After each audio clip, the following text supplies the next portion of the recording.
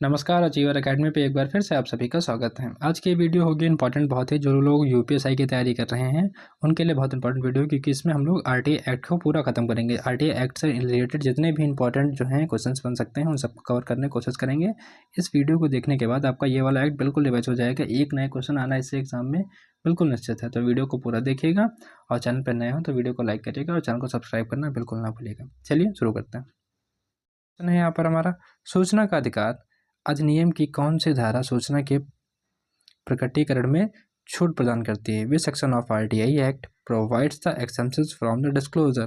पहला ऑप्शन है सेक्शन 7 यानी कि धारा 7, या फिर सेक्शन 4, या फिर सेक्शन 8, या हो जाएगा हमारा ऑप्शन नंबर डी सेक्शन 9। आपको बताना है इसमें सही आंसर कौन सा हो जाएगा। तो सूचना का अधिकार अधिनियम कौन सी धारा जो सूचना के प्रकटीकरण से छूट प्रदान करती है, तो कौन प्रदान करती है? सेक्शन 8 यानी कि धारा 8। ध्यान रखना इसमें कौन सा हो जाएगा। ऑप्शन नंबर सी वाला इज द करेक्ट आंसर। चलते हैं अगले क्वेश्चन के, जो कि है प्रश्न नंबर 2। यहाँ पर कहा गया है, सूचना का अधिकार अधिनियम कब लागू हुआ था? मतलब जो आरटीआई एक्ट है वो कब फोर्स में आया था, आपको बताना है कब लागू हुआ था। तो यहाँ पर है 15 जून 2005 को, या फिर 12 अक्टूबर 2005 को, या तीसरा ऑप्शन है हमारा 4 सितंबर 2005 को, या चौथा वाला सही हो जाएगा 12 नवंबर 2006 को। आपको बताना है इसमें सही आंसर कौन सा हो जाएगा। तो सही आंसर हो जाएगा हमारा आरटीआई एक्ट कब लागू हुआ था। तो 12 अक्टूबर 2005 को हमारा आरटीआई एक्ट लागू हुआ था। ध्यान रखना है इसको, 12 अक्टूबर 2005। इंपॉर्टेंट क्वेश्चन है, एग्जाम में आ सकते हैं। अगला है हमारा आरटीआई से रिलेटेड तीसरा क्वेश्चन। यहाँ पर है, आरटीआई अधिनियम में कुल कितनी अनुसूचियां हैं? How many schedules are there in the RTI act? पहला ऑप्शन है 1 है, या 2 हैं, या फिर 4 हैं, या हमारे कितने हैं 6 हैं। अब आपको बताना है आरटीआई में कितनी अनुसूचियां हैं, कितने शेड्यूल्स होते हैं आरटीआई में। तो आरटीआई में 2 शेड्यूल होते हैं। ध्यान रखना कितने होते हैं, 2 होते हैं। चलते हैं अगले क्वेश्चन की ओर, जो कि है प्रश्न नंबर 4। यहाँ पर कहा गया, जीवन और स्वतंत्रता से जुड़े मामलों में सूचना कितने समय में देनी होती है? In the case of life and liberty, in the case of life and liberty information must be given with in. जीवन और स्वतंत्रता से जुड़े मामलों में सूचना कितने समय में देनी होती है? पहला है 24 घंटे के, फिर 30 घंटे में, या फिर 48 घंटे में, या हमारा चौथा ऑप्शन हो जाएगा 7 दिन के अंदर। तो आपको बताना है इसमें सही आंसर कौन सा हो जाएगा। तो जीवन और स्वतंत्रता से जुड़े मामलों में सूचना कितने समय? 48 घंटे में देनी होती है। ध्यान रखना ऑप्शन नंबर सी 48 घंटे में। चलते हैं अगले क्वेश्चन की ओर, जो कि है प्रश्न नंबर 5। सूचना का अधिकार किस अनुच्छेद के अंतर्गत मौलिक अधिकार माना जाता है? RTI is considered as the fundamental right under the which article? पहला ऑप्शन है हमारा आर्टिकल 14, दूसरा है यहाँ पर आर्टिकल 19A यानी 19 का वाला, या फिर अनुच्छेद 21 या अनुच्छेद 32। आपको बताना है राइट टू इन्फॉर्मेशन किस में आएगा। तो राइट टू इन्फॉर्मेशन आ जाएगा हमारा 19 के का वाले में। ठीक है, ध्यान रखना उसको, 19 के का वाले में। सूचना का अधिकार जो फंडामेंटल राइट है किसके अंतर्गत आता है? बी वाला 19 के का में। चलते हैं अगले क्वेश्चन की ओर, जो कि है प्रश्न नंबर 6। यहाँ पर कहा गया है, मुख्य सूचना आयुक्त को हटाने की शक्ति किसके पास है? Who has the power to remove the chief information commissioner?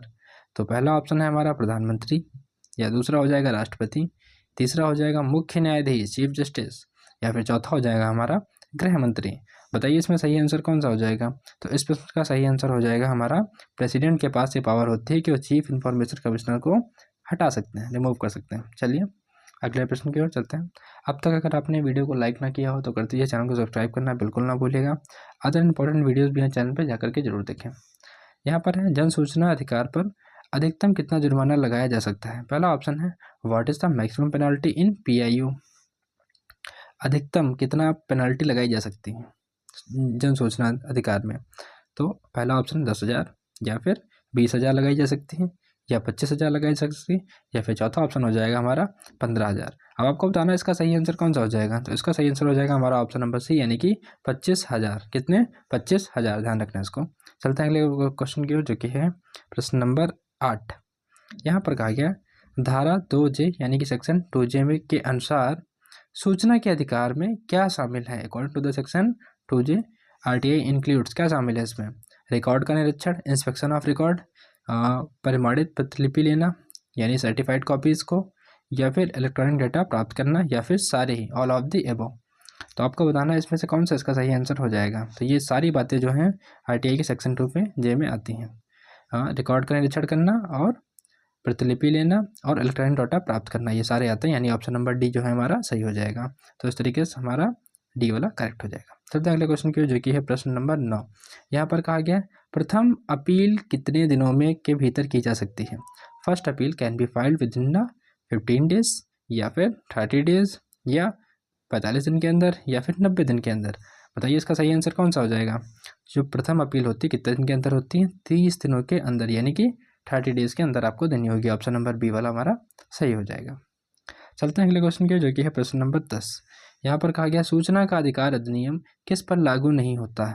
किस पर लागू नहीं होता है। पहला ऑप्शन है हमारा RTI act does not apply to, मतलब हाँ पहला ऑप्शन है हमारा सरकारी विभाग यानी कि गवर्नमेंट डिपार्टमेंट पे अप्लाई नहीं होता। दूसरा है गवर्नमेंट फंडेड बॉडीज़ यानी कि केंद्र द्वारा वित्त पोषित निकायों पर, या फिर तीसरा हो जाएगा निजी कंपनियां यानी कि प्राइवेट कंपनियों पर, या फिर राज्य विधानमंडल द्वारा गठित संस्थाओं पर।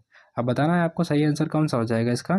तो यहाँ पर है सूचना का अधिकार अधिनियम किस पर लागू नहीं होता है। तो किस पर लागू नहीं होता है, निजी कंपनी यानी कि प्राइवेट कंपनियों पर लागू नहीं होता। बाकी गवर्नमेंट डिपार्टमेंट फंडेड वाले पर भी और राज्य विधानमंडल द्वारा गठित संस्थाओं पर भी।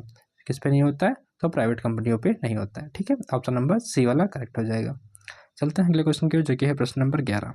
यहाँ पर कहा गया है केंद्रीय सूचना आयोग में अधिकतम कितने सूचना आयुक्त हो सकते हैं।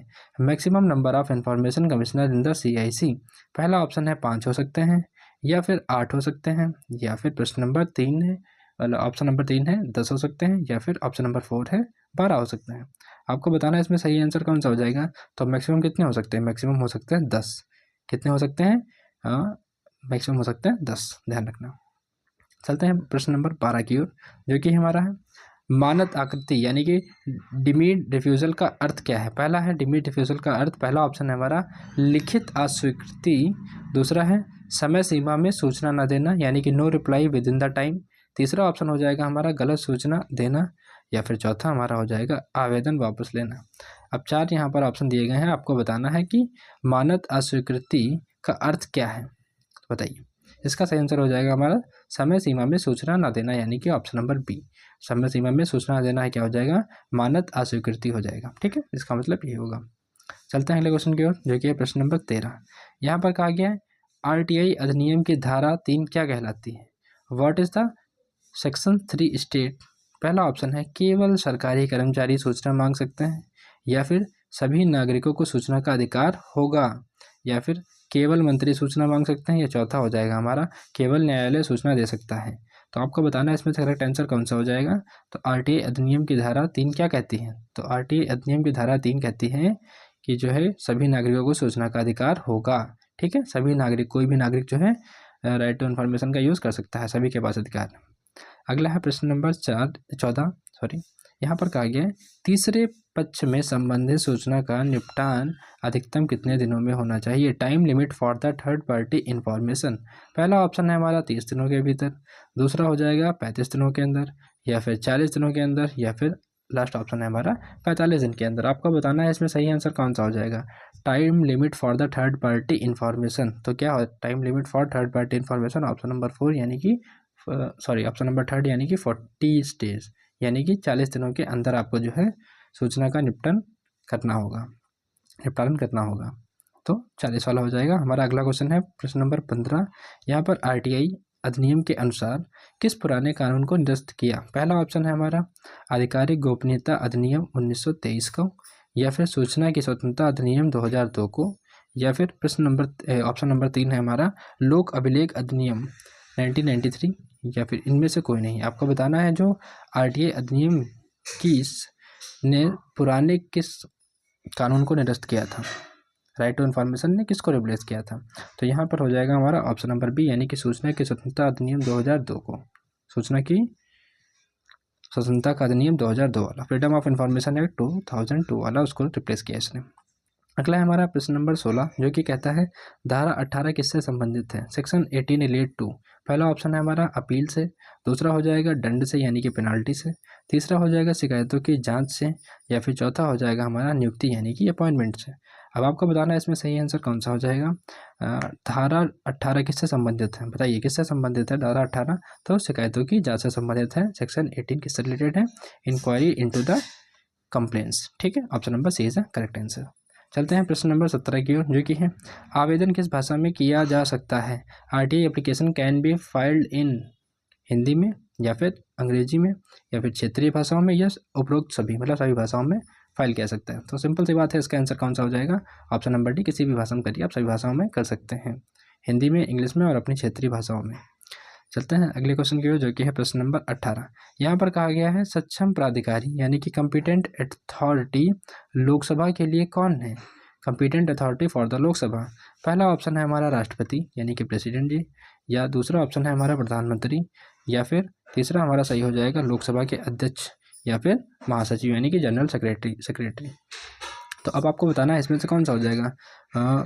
कॉम्पिटेंट अथॉरिटी यानी लोकसभा के लिए कौन है? कॉम्पिटेंट अथॉरिटी कौन है? स्पीकर है। कौन है? स्पीकर है। ध्यान रखना, ऑप्शन नंबर सी वाला सही हो जाएगा। चलते हैं अगले क्वेश्चन की ओर, जो कि है प्रश्न नंबर 19। यहाँ पर कहा गया है आरटीआई संशोधन किस वर्ष हुआ? तो पहला ऑप्शन है हमारा 2015 में हुआ, या फिर 2017 में हुआ, या फिर 2019 में हुआ, या हमारा चौथा ऑप्शन सही हो जाएगा 2021 में हुआ। आपको बताना है इसमें से आरटीआई संशोधन किस वर्ष हुआ था। तो आरटीआई संशोधन हुआ था 2019 में, ऑप्शन नंबर सी वाला है सही हो जाएगा। ध्यान रखना इसको। चलते हैं अगले प्रश्न की ओर, जो कि हमारा है प्रश्न नंबर 20। यहाँ पर कहा गया आरटीआई अधिनियम की धारा 24 किससे संबंधित है? आरटीआई अधिनियम की धारा 24 किससे संबंधित है? पहला ऑप्शन है हमारा अपील से संबंधित है, या फिर अनुसूचियों 2 के संगठन, तीसरा ऑप्शन हो जाएगा हमारा दंड यानी कि पेनल्टी, या फिर चौथा हो जाएगा आवेदन प्रक्रिया। अब आपको बताना है इसमें से जो आरटीआई अधिनियम की धारा 24 किससे संबंधित है। तो किससे संबंधित है? ऑप्शन नंबर बी यानी कि अनुसूची 2 के संगठन यानी कि organisation in the schedule 2। Option number B वाला हमारा बिल्कुल सही हो जाएगा। ध्यान रखना इसको। चलते हैं अगले प्रश्न की ओर, जो कि है प्रश्न नंबर 21। यहाँ पर कहा गया है केंद्रीय सूचना आयोग का गठन किस धारा के अंतर्गत किया जाता है? Under which section is the central information commission constitute? पहला ऑप्शन है हमारा सेक्शन 10 यानी कि धारा 10 के लिए, दूसरा हो जाएगा धारा 12 के लिए, या फिर तीसरा हो जाएगा धारा 15 के लिए, या फिर चौथा हो जाएगा हमारा धारा 19 के लिए। तो इसका सही आंसर हो जाएगा हमारा ऑप्शन नंबर बी यानी कि सेक्शन 12 वाला। केंद्रीय सूचना आयोग का गठन किस धारा के अंतर्गत किया जाता है? तो ऑप्शन नंबर बी यानी कि धारा 12 के अंतर्गत। चलते हैं प्रश्न नंबर 22 की बात करते हैं। राज्य सूचना आयोग का गठन किस धारा के अंतर्गत किया जाता है?